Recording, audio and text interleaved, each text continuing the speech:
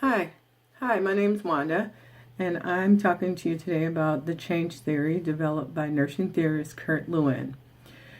The change theory is an organizational change model, and Lewin theorized a three-step model that be utilized to define an effective technique employed by organizations to revise processes, structures, and strategies.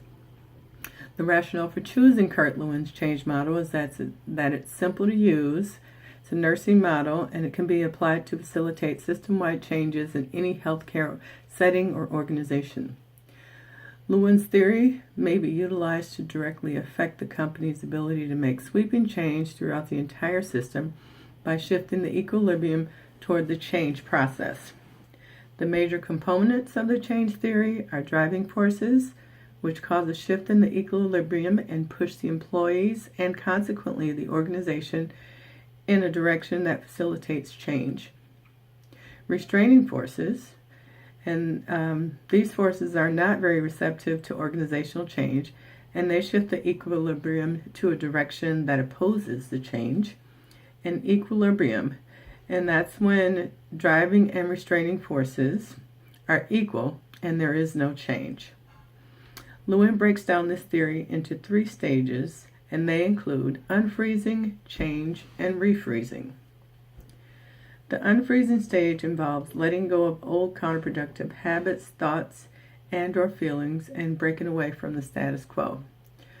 So that means you're going to make everybody familiar with the fact that a change needs to happen, why the change needs to happen, make them familiar with what's going on in the system that is counterproductive, and introduce whatever new process will take place.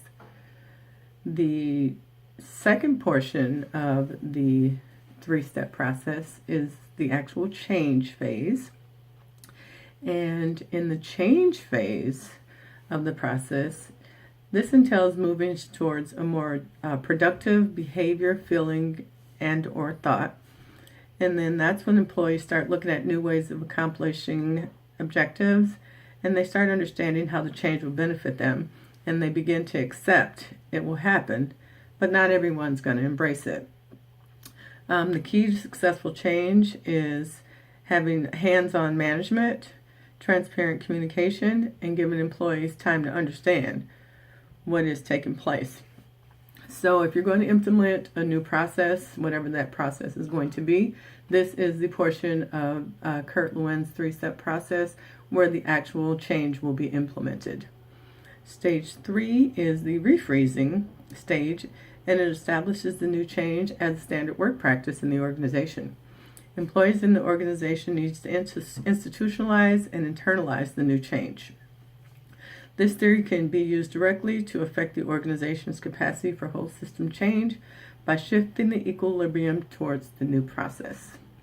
Thank you and have a good evening.